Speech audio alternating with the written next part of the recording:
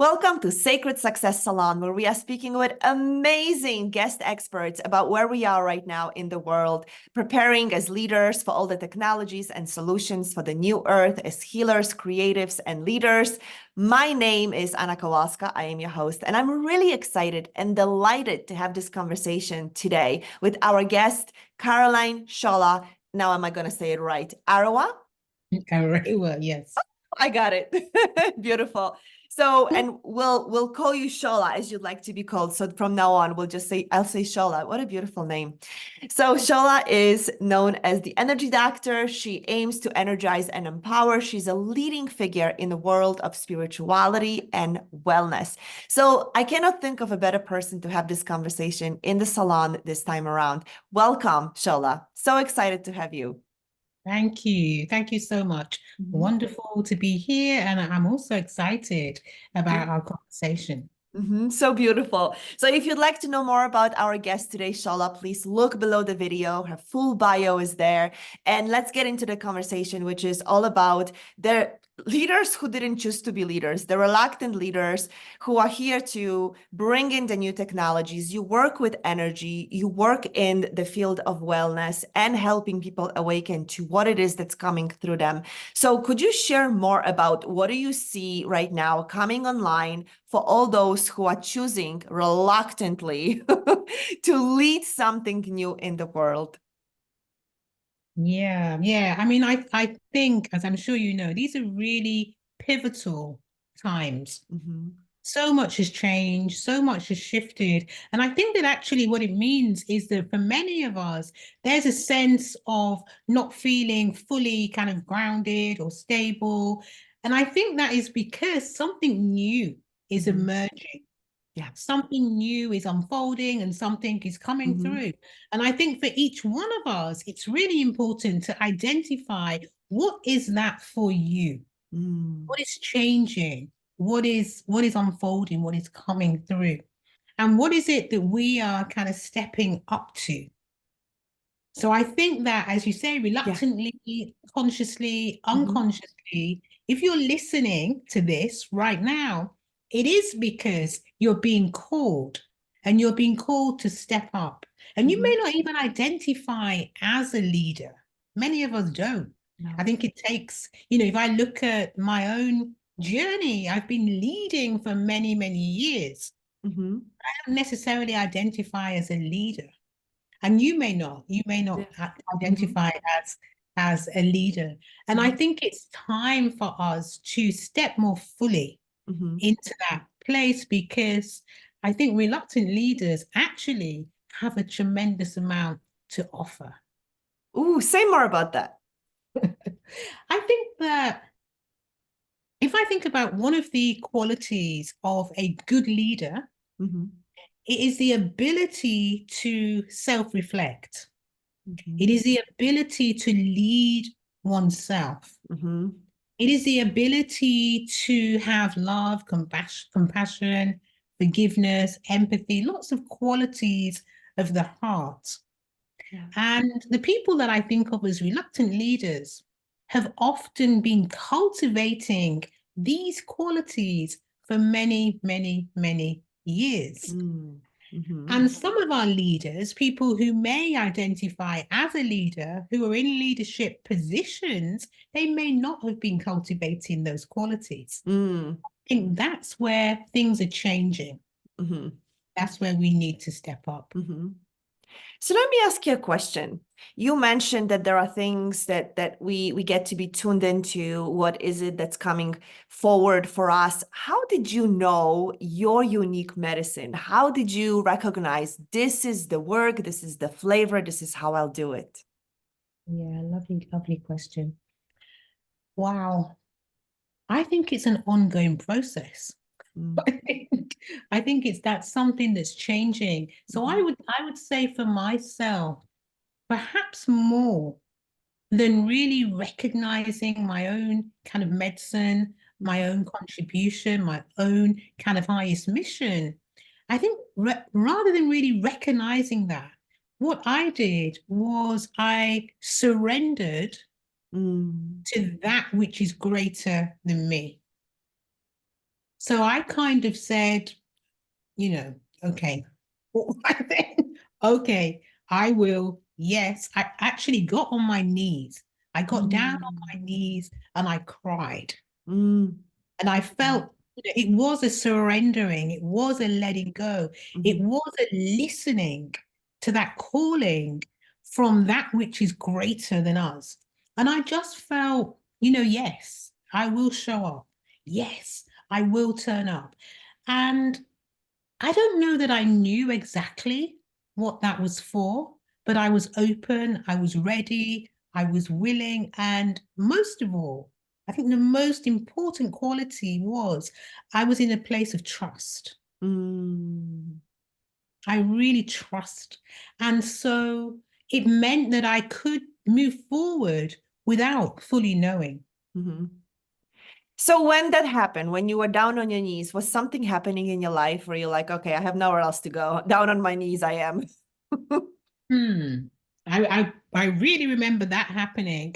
Um, to be honest, I wouldn't say that it was necessarily a difficult or bad time in my life, but Mhm, it was a time of major change. mm, So I'd run a fashion business for many years, a successful fashion business. And when I was fairly young, mhm, I started it when I was 18. And I had done very well, but somewhere I guess I'd proved something to myself. I'd been told that you can do whatever you put your mind to. mhm, And that business really proved that to me. And I just felt I didn't need to continue doing it. I had that sense that if I wanted to go further, to climb higher, to be more successful, to bring in more money, whatever, I really felt that that was possible. And it kind of released me from mm, to do it. I didn't need to do that anymore. And mhm, so I kind of opened to this change. I let go of the business. I chose to travel. mhm. I went away for 2.5 years. Ooh. Told people I was going for 2 weeks, 2 months, or 2 years, just in case I came back quick. As it happened, I was away for 2.5 years, and it was a very, very transformative time in my life. Mhm, It actually was an opportunity for me to let go of what I call it, let go of my own kind of defenses, let go of my own maybe stresses, worries, traumas. mhm, I mm, saw that as like a wall that mm. just came down. Oh, It kind wow. of melted, that Mhm, wall came down, and it allowed me to actually meet myself, mhm. to really come face to face with who you really are, Yeah, not who you think you are. yeah.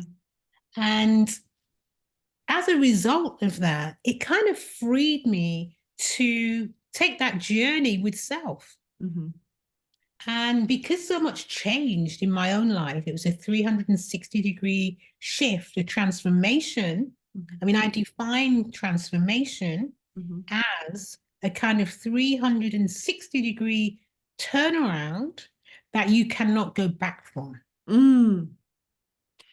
That's pretty powerful. You cannot go back from. Like that's it. Once you make this commitment, you are Yeah. committing. Yeah. Mhm.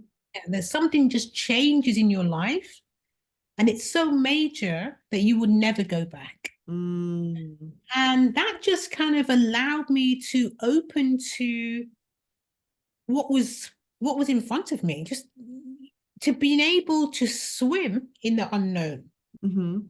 to kind of feel free and trusting that all was well. And that's what I did. And I'm talking now, this is like 40 some years ago. So Yeah. it's a long time that I've Mhm. had the kind of blessing of living on purpose. Mhm. So, choosing to open to spirit. So my first book is called Opening to Mhm. Spirit. Mhm. And I think, when I literally chose to open to spirit, to trust spirit, everything changed and just moved me in a very beautiful and positive direction. Mhm. Wow. So, I mean, what did you say, 40 something years ago? So 40 something years ago, this conversation wasn't a common conversation. I mean, we're talking about what, 19, am I doing my math right? About 1980s, right? Is that, It was the early 80s, yeah. yeah. So that conversation was not a common conversation to know that you're opening to spirit, to choose an uncommon path. It wasn't. And actually, when I released my fashion business, people literally thought I was cutting my lifeline. Mm, That's how people spoke. That's how yeah. people spoke to me. Hmm. And I became a yoga teacher in 1985. Wow, that's progressive. And I think that at that time, I say that yoga was still kind of kaftan and slippers. You Hmm. know, it was kind of, you were doing something very strange and very, very peculiar. Uh, Hmm. and certainly in the UK, people, we did yoga in church halls, we had our leotards on. Ah. And it was very strange behavior. But I'll be forever grateful that I had the opportunity to do Mhm. yoga at that time. And Yeah. I used to study in India, to have wonderful teachers, Hmm. and to really immerse myself for years Hmm. in that opening, in that transformation. Yeah. So amazing. So let me ask you a question. Wow, so much is coming in to ask you in direction that I actually wasn't thinking we're gonna go, but I think it's very powerful because a lot of people are opening to the truth about following the spirit, and our audience is at different places. Some have just become aware that we are not the meat suit. Some Yeah, have yeah. been on a journey and are opening up to something else possible. And what would you say to you if you are right now opening up to your medicine, to what it is that you are here to download and channel and deliver to humanity? What would you tell yourself in the current environment, knowing what you know now and being and doing it for 30 years? Yeah. There's a couple of things. I think one of the things that I do tell the people that I mentor, the people that I work with, is that where for myself, I would say it was a slow process. Mm-hmm. I think now, because in those 40 years, myself and so many other people have literally paved a way. Yeah. And so that means that anybody who is just awakening at this time, you can go so much faster. Yeah. Mm-hmm.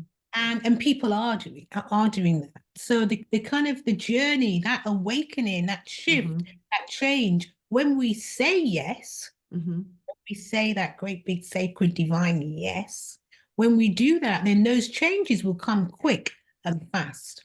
And Mm-hmm. I think that all we really need to do is to stay open. Mm-hmm. We need to stay open. We need to listen. I think that having a daily spiritual practice, Mm-hmm. so having those times in your day where you open to spirit, where you're present with that which is kind of coming through you, Mm-hmm. you're listening to that still small voice and not just listening, but honoring that Mm-hmm. still small voice. Mm-hmm. And I think that when we do that, magic happens. Mm-hmm. The magnificence that is within us is then able to rise and is able to be expressed through us. Mm-hmm. And through doing that, we change the world one person at a time. At a time. I love what you just said because so often we may get into on the spiritual journey and believe that we have to be listening all the time. And it makes it difficult to just live a human life. And what Mm. I heard you say is have a practice, meaning you are open to listen for a period of time. It could be 15 minutes or an hour, whatever that practice looks like. That's your time of listening and that's your time of receiving. It doesn't have to be all the time. Yeah. And I think what I have learned over the years, and it feels a little bit strange to say this, but it can even be 2 minutes. Ooh. It could even be 2 minutes. In Mm. fact, what I'd quite like to do is to take 2 minutes to show you how you could take 2 minutes. We would love to. I'm speaking on behalf of everyone watching. So this is how you can just take 2 minutes. Let me Mhm. show you. You take your right hand and you bring it over your heart chakra. And you take your left hand and you bring it over your sacral chakra, so just below your navel. Mhm. And just close your eyes.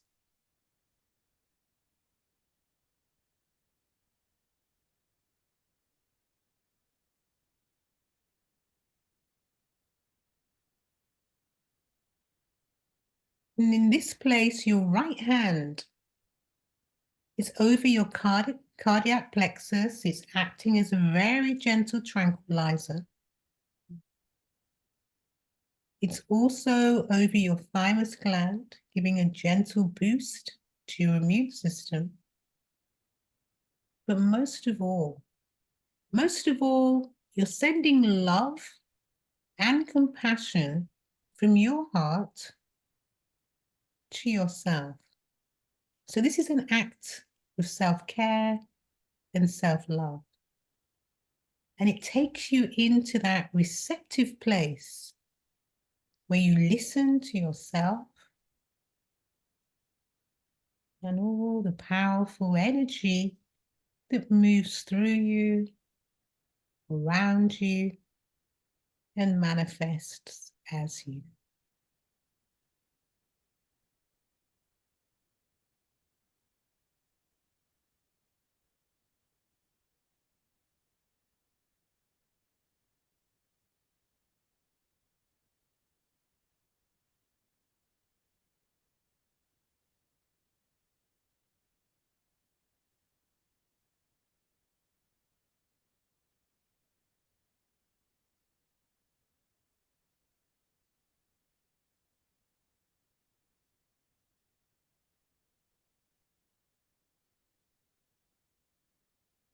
I'm just going to take a deep breath.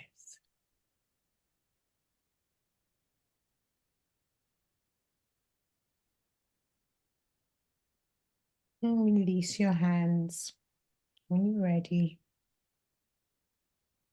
Just be aware of what has shifted, what's changed.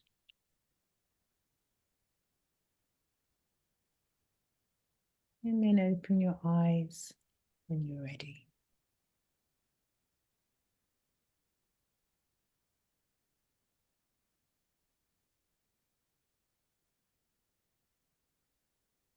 I could stay in that space Right. for a long time. It's also an invitation to get into that space in 2 minutes. Mhm. And then if you want to stay, it makes staying easy. Do you, when you practice this on regular basis for yourself, do you get messages? Do you get downloads in those 2 minutes? Do you get awarenesses and clarity? I do all my work like that. Mhm. Everything that I have created, brought into being, including books, articles, programs, trainings. This is why I say I trust. Mhm. I don't try to push because that's hard work. Yeah. I don't try to do everything from here. That's hard work. Anytime we just get still and we open, everything just bubbles up. All the answers to the questions, all the information, the knowledge, everything that you need is going to start coming up Mhm. to the surface. And let me tell you why that happens. It happens because you've been programming that.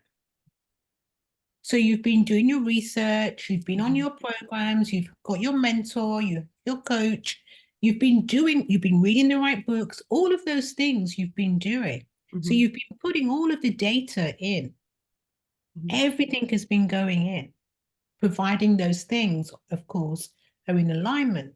Mhm. And so then it's when we get still, a little bit like a computer. And if you want to search on your computer, the information has to be in there first. It's not going to come out if it's not already in. Correct. So, so you have to program it first Mhm. to do the right things that program the system. And then you get still and you literally can go into your meditation, do a search, press enter, everything will come through. How do you then stay trusting? I love the analogy you're using because it is so true. We put so much in, and then there is so much overwhelm and confusion most of the time, which is why people don't put their work out in the world. How do you stay trusting along the way? So in this moment, you get a hit, you get a download, you get a moment of clarity, write the book, put this program together, offer this. How do you stay trusting in the process? Because once you know the rubber hits the road, Yeah. how do we stay in that moment that you knew exactly what to do? How do you either stay in it or go back to it? What's your process? I think you have to get out of the way.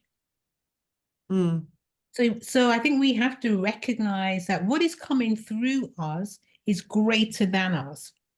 So there's a couple of things.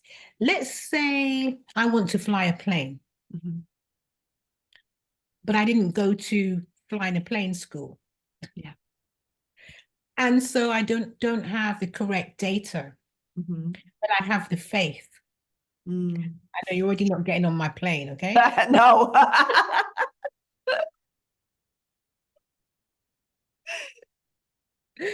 So then if I sit down and think that I'm going to do this or I'm going to do this, I'm just going to have faith and trust, maybe that's not going to work so well.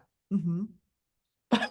But when we've put the information in, as you say, and maybe we are a little bit overwhelmed, we've had the support that we need, we have the data in, then we need to get out of the way. Mm. So let's say I have a book. Well, actually, let me just share. I've been writing and creating a program Mhm. called Check My App, and I've been loving it. I've literally been in my meditation, another piece, oh yeah, and just getting all excited about this program Mhm. for the past 3 years. I've Mhm. already delivered some of it, but I've been just building it and excited. And then about 2 days ago, in my meditation, I got the message that it needs to be a book. And I was like, if that had come through earlier, it would have been so much easier to Mhm. have been writing the book over this time. Yeah. But I'm just open. So I will do Mhm. both of those things. So now probably I will start formulating the information that's already come through into a Mhm. book. But then there's trainings, online course, and all of those things still exist. Mhm. And so, yeah, I just listen, but I Mhm. take myself out of the way. So I Mhm. allow that which is greater to come through. I trust it. I'm fairly obedient. Yeah, I do as I'm told when it comes to spirit, really. Mhm. So I Wow. think your question is get out of the way. That's what Yeah. we have to do. Mm-hmm. Yeah.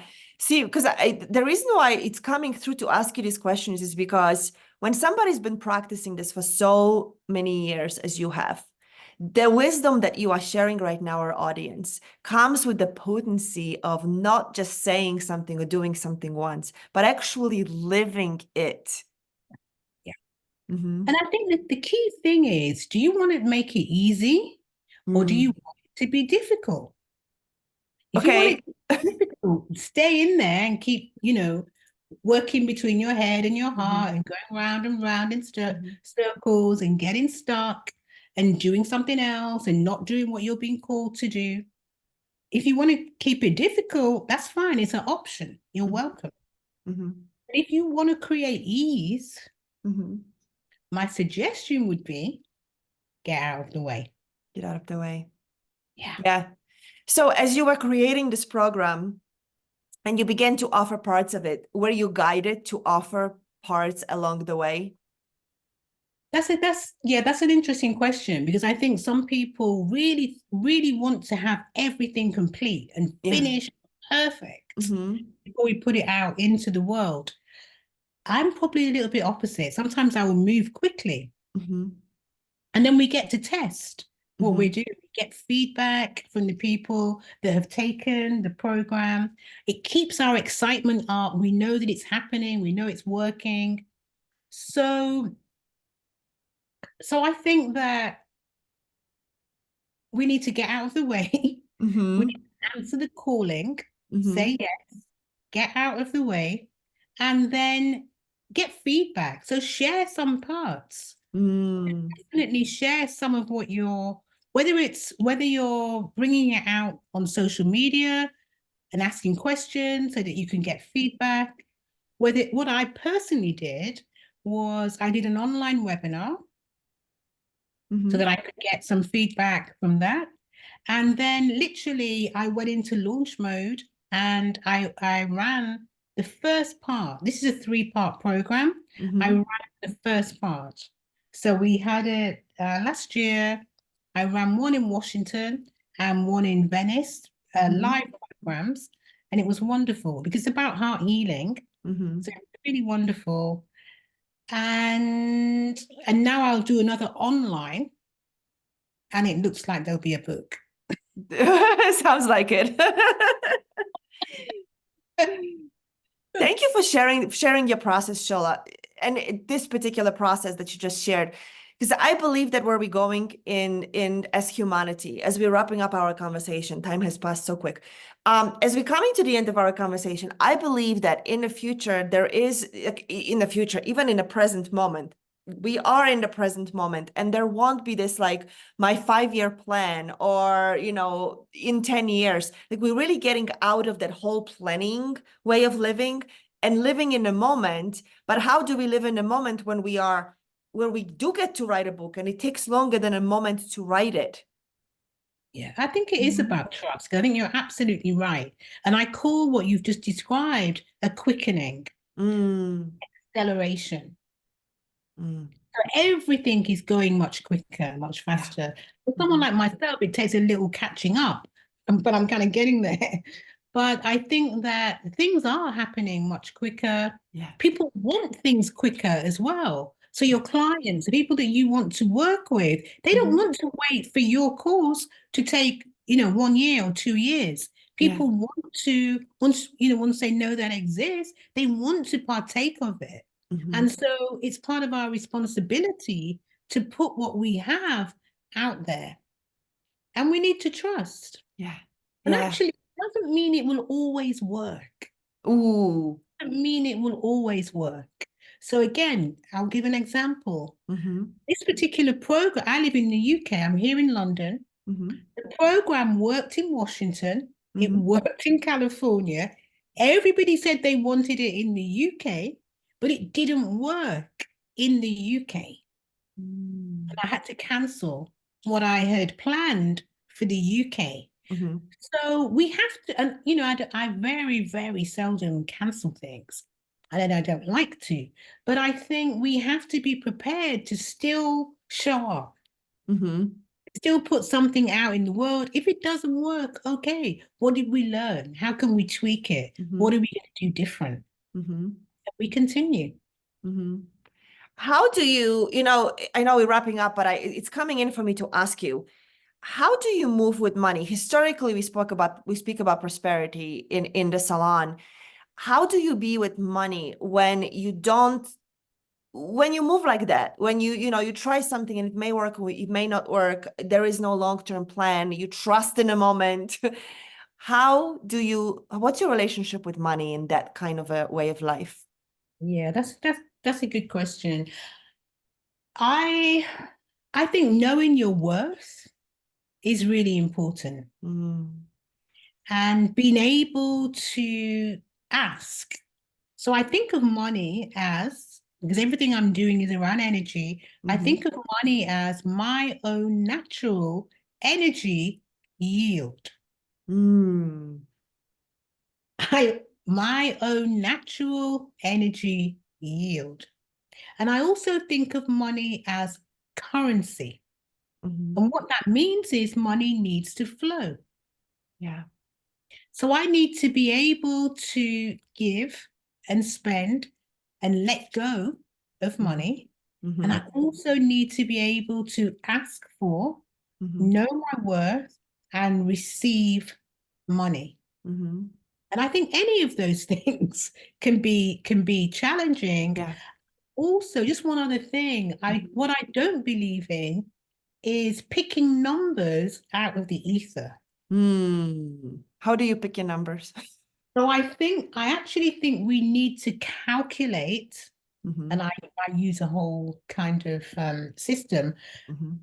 but we need to calculate the cost of, whatever it is, whether it's a program, whether it's a book, whether it's whatever it is that we're charging for. We need to calculate what the cost is and what the price is going to be for you. So Mm-hmm. my price might be XYZ, somebody else might do something similar, different price. But whatever price that we want to receive, we have to know why we're asking for that particular amount. If once we know, because we've calculated it, and the Mm-hmm. beginning of that calculation is your own lifestyle and how you want to live Mm-hmm. and how many hours you want to be in contact with clients, you Mm-hmm. start calculating what this figure is. Once you have that, and we're not comparing it to someone else, not about that. Mm-hmm. Once you have that, when you ask somebody, you will know why you're asking for that figure, and Mm-hmm. you will ask with ease. None of Mm-hmm. this spiritual awkwardness. Yeah. You just landed it so clearly, none of the spiritual awkwardness. And you know our audience, you know how we usually operate.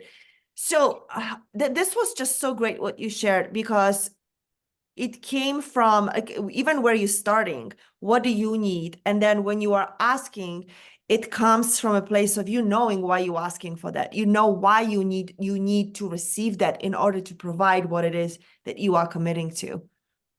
Yeah. And you Yeah, do that.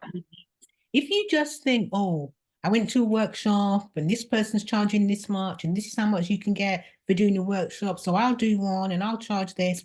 yeah, That doesn't really, haven't yeah, seen that yeah. successful.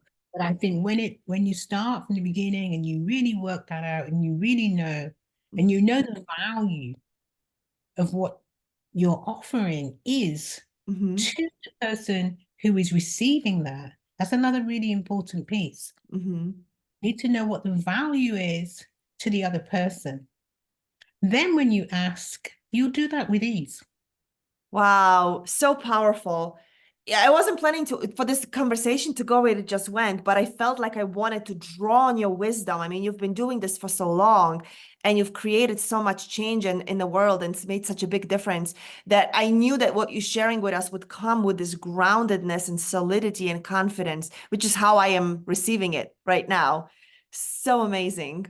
So amazing. So I know I want to ask you so many more questions. I feel like we definitely have to have you back. So I know you have a gift for our audience, a way to get into your world and get a little bit of more of your wisdom, and more as they get into your space. Could you tell our audience what they can find behind the button underneath the video? Yes. So behind the button, underneath the video, Mhm. you will find a link to the empowerment profile. Mhm. So the empowerment profile is really for people who are ready to step up in terms of leadership, Yeah. ready Mhm. to really support other people. Mhm. And what this does, what the empowerment profile will tell you is kind of where you are. So it will give you a kind of analysis, we call it like a gap analysis of kind of where you are and where you need to be in terms of some different areas. And one of those areas is going to be, I know that one of the areas is people. Mhm. It's also about finances, Mhm. about your messaging. There's several areas. I think there's 6 different areas that we Mhm. look at. And it's just done by answering some simple quiz questions. So it Mhm. doesn't take a long time to do. And then you get a whole profile that will come out that will tell you where you are in terms of your kind of profile Mhm. for really being ready to step up and what I call be the change and lead the change. Wow, so powerful. We have to know where we are so we know where we're starting the journey to where we are going. So I think that your gift is just so beautiful and such perfect gift for our audience. Thank you for sharing it. So make sure you take the empowerment quiz, click the button below this video and find out where you are, and then get into Shola's world so you can glean more of her, just such a deep wisdom that I just feel this like groundedness in what you share, which again, to me, it comes from because you've experienced it and practiced it for so very long. Thank you. Thank you. Do you have any parting words for our audience as we close our conversation? Just wanted to say that what you'll find as well with the empowerment profile is it will show you where you're strong Mm-hmm. and then the areas that you really need kind of more. Great. Parting words, because we've talked quite a lot about trust, and I think that's really important. I'm going to give what's the word for it? I forget the word. Is it synonym for trust? I'm going to do it and you'll see anyway. Okay. So the trust is tomorrow's reality undoubtedly starts today. Whoa, acronym. You're talking about acronym. It popped in for me. Say it again. Acronym. Yeah. The acronym of trust. Tomorrow's reality undoubtedly starts today. Wow, that's so beautiful. And so it's about action. And so, everyone that's listening in right now, what is the action that you're going to take as a result of having listened to this conversation that I really, really enjoyed with you today? Thank you. What is the action that you're going to kind of take away that will make a difference for you, that will empower you in your world to step from being a reluctant leader to really stepping into your power and making a difference in our world? Yeah, well, I know one action. Click the button. So beautiful, Shola. Thank you for your wisdom. Thank you for being in the salon. What you just shared, I know. I mean, you even gave us a tool to use. It's so powerful. Thank you for your generosity in being in the salon. I cannot wait to have you back already. Make sure you claim the gift and let us know what you've taken away, what your action step is. We'd love to hear from you, and we'll see you at the next conversation. Bye for now. Thank you so much.